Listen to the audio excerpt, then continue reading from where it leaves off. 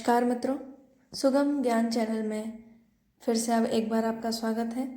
आज हम गणित की कुछ सरल परिभाषा और सूत्र लेकर आए हैं जो छोटे बच्चों से लेकर सभी प्रतियोगी परीक्षा देने वालों के लिए महत्वपूर्ण है, क्योंकि जिनके पास गणित का विषय नहीं होता है ना, वो एक समय के बाद इन चीज़ों को भूल जाते हैं। तो आइए आज हम गणित के कुछ सूत्र देखते हैं। मित्रों, यदि आपने अभी तक चैनल को सब्सक्राइब नहीं किया है तो प्लीज़ सब्सक्राइब करें ताकि आने वाले सभी वीडियो को आप आसानी से देख सकें। गणित के सूत्रों में पहले हम देखते हैं आयत। आयत रेक्टेंगल वह चतुर्भुज जिसकी आमने सामने की भुजाएं समान हो। चतुर्भुज अर्थात चार भुजाओं वाली। प्रत्येक कोण समकोण के साथ विकर्ण भी समान होते हों, वह आयत है। समकोण 90 डिग्री के कोण को हम समकोण कहते हैं, आप सब जानते ही होंगे। अब सूत्रों की बात कर रहे थे इस कक्षा में। आयत का क्षेत्रफल अगर आपको ज्ञात करना है तो उसका सूत्र है लंबाई गुणा चौड़ाई। यानी किसी भी आयत का क्षेत्रफल जानने के लिए हम उसकी लंबाई को चौड़ाई से गुणा करते हैं तो जवाब आता है क्षेत्रफल का। इसके बाद आयत का परिमाप। आयत का परिमाप यदि आपको जानना है तो उसका सूत्र है ब्रैकेट में लंबाई प्लस चौड़ाई ब्रैकेट बंद गुणा ऊंचाई।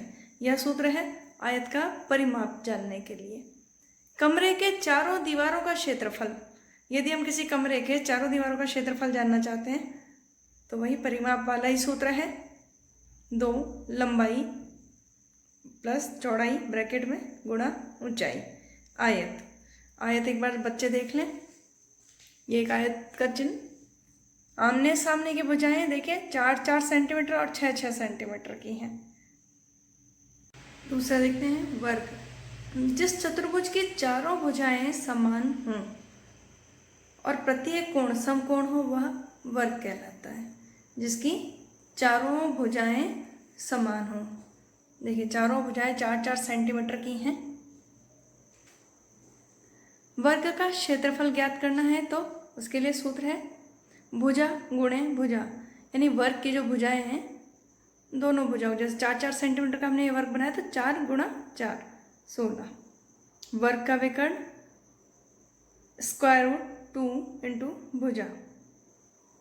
वर्ग का परिमाप जानना है तो 4 गुणे भुजा की लंबाई। भुजा की लंबाई को 4 से गुणा कर देंगे। अच्छा, एक चीज़ बार बार आ रही है समकोण।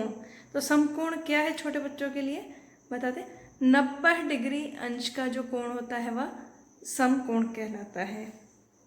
ये देखिए आधार लाइन के ऊपर जो कोण मध्य बिंदु से 90 डिग्री पे चल रहा है यह समकोण कहलाता है।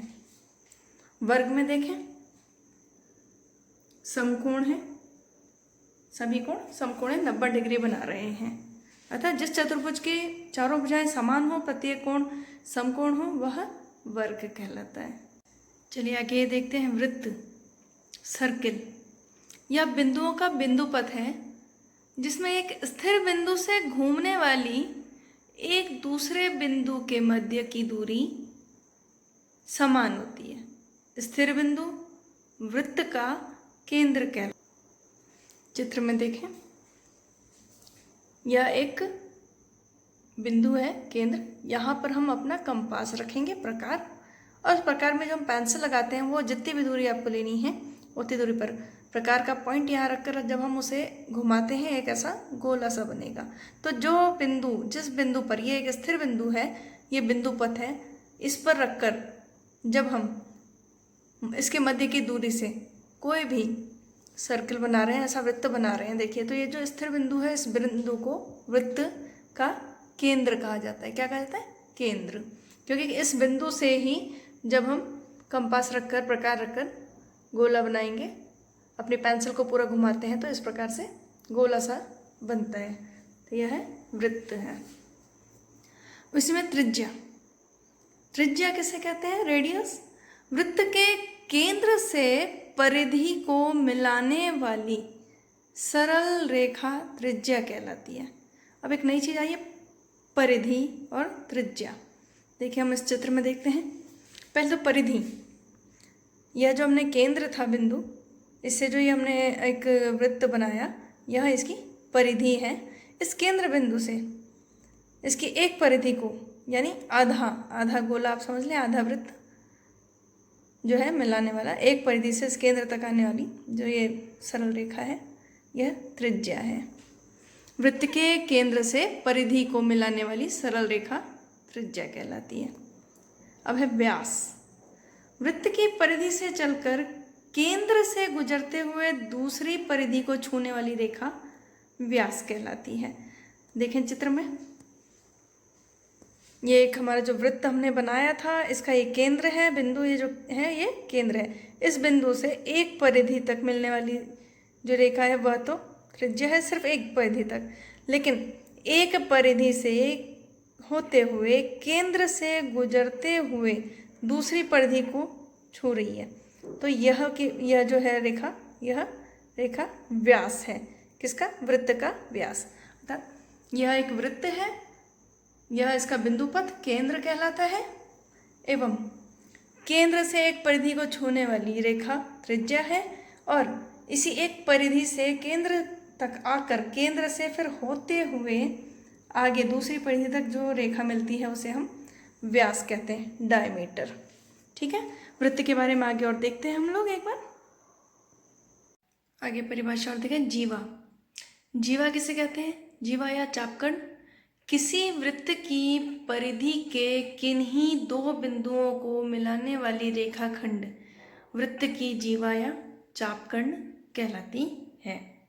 किसी भी वृत्त की परिधि के किन्हीं दो बिंदुओं को मिलाने वाली रेखाखंड वृत्त की जीवा या चापकण कहलाती है। अब एक बात आई है त्रिज्याखंड। त्रिज्याखंड क्या है? किसी वृत्त की दो त्रिज्याएं एवं उसके अंतर्गत चाप से बनी आकृति को त्रिज्याखंड कहते हैं।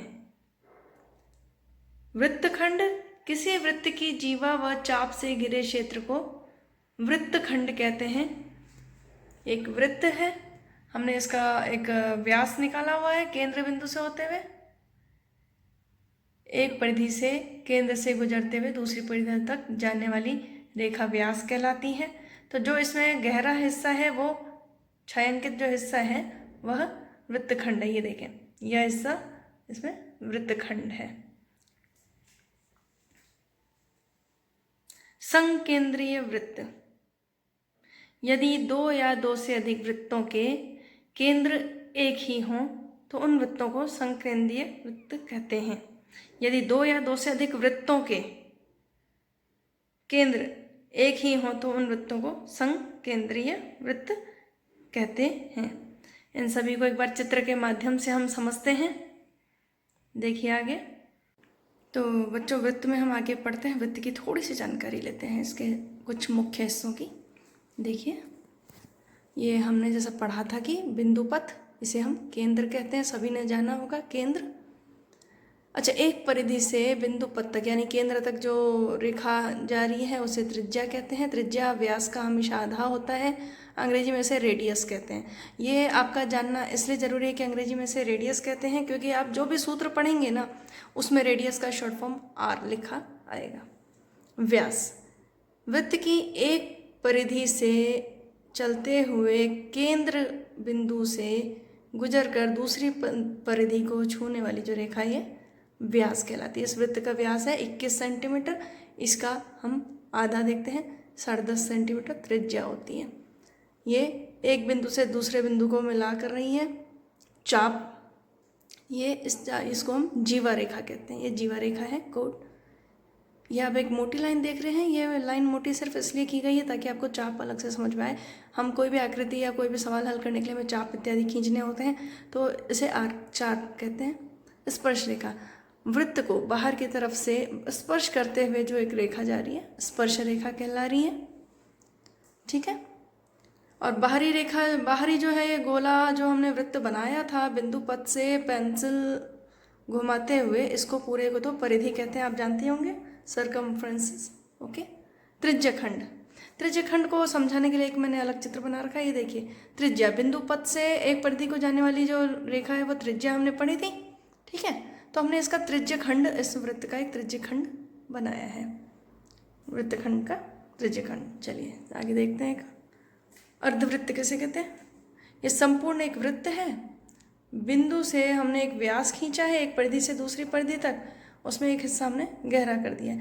ये अर्धवृत्त हुआ। ये देखिए, ये अर्धवृत्त, आधा गोला इधर ले लें चाहे, ये भी आधा गोला, यानी वृत्त को 2 भागों में बांटा हुआ है। ठीक है। अभी जीवा की हमने एक बात की थी, जीवा रेखा। ये जीवा रेखा, तो इसके बारे में पढ़ते हैं। जीवा रेखा वैसे ज़्यादातर त्रिज्या के नाप की ही होती है। ठीक है। अच्छा, एक चीज़ और इसमें बताती हूँ, इसको छेदन करते हुए जो रेखा बाहर जा रही है अंदर से, बाहर से जो वृत्त को छूते हुए जा रही है वो तो है स्पर्श रेखा, लेकिन इसको छेदन करते हुए यदि यही जीवा बाहर से होते हुए बाहर से यूं अंदर की तरफ से जाकर फिर बाहर जा रही है, ये प्रतिच्छेदी रेखा कहला जाएगी। अच्छा, वृत्त पर किन्हीं 2 बिंदुओं को मिलाने वाले रेखाखंड वृत्त की जीवा कहलाती है। हम जीवा पढ़ रहे थे, उस जीवा की परिभाषा है वृत्त पर। ये देखिए, वृत्त पर किन्हीं 2 बिंदुओं को, 2 बिंदु है 1 और 2 बिंदुओं को मिला रही है ये एक रेखाखंड, यह इस वृत्त की जीवा कहलाएगी। ठीक है।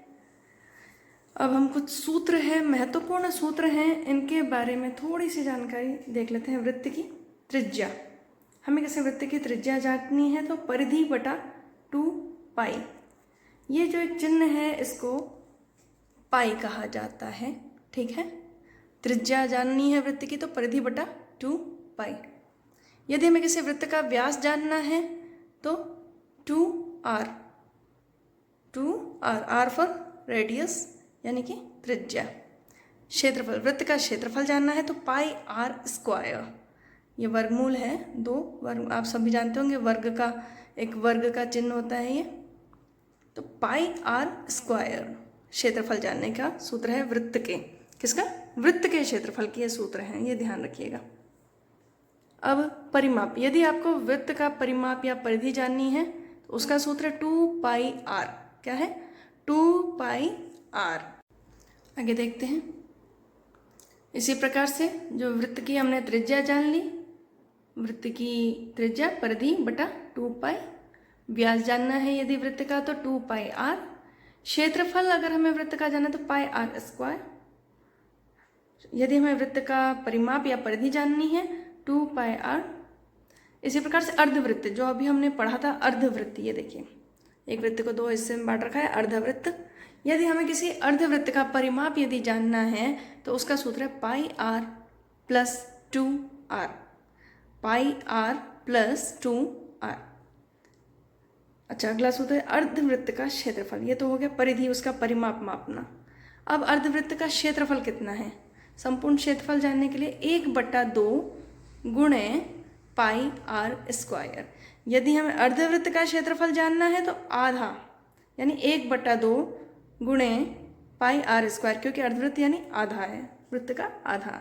ठीक है। तो ये कुछ मुख्य चीज़ें हैं वृत्त से संबंधित, इसको अच्छी प्रकार से एक बार समझें, देखें। हाँ, एक मुख्य चीज़ और पाई शब्द का बार बार प्रयोग हो रहा है, छोटे बच्चों के लिए खास करके बता दूं। पाई, इस चिन्ह को हम पाई कहते हैं। पाई का मान 22/7 होता है, ये याद रखिएगा। पाई का मान 22/7 होता है। शेष हम वृत्त के बारे में अगली वीडियो में पढ़ते हैं। ध्यान से देखिएगा, समझिएगा। धन्यवाद।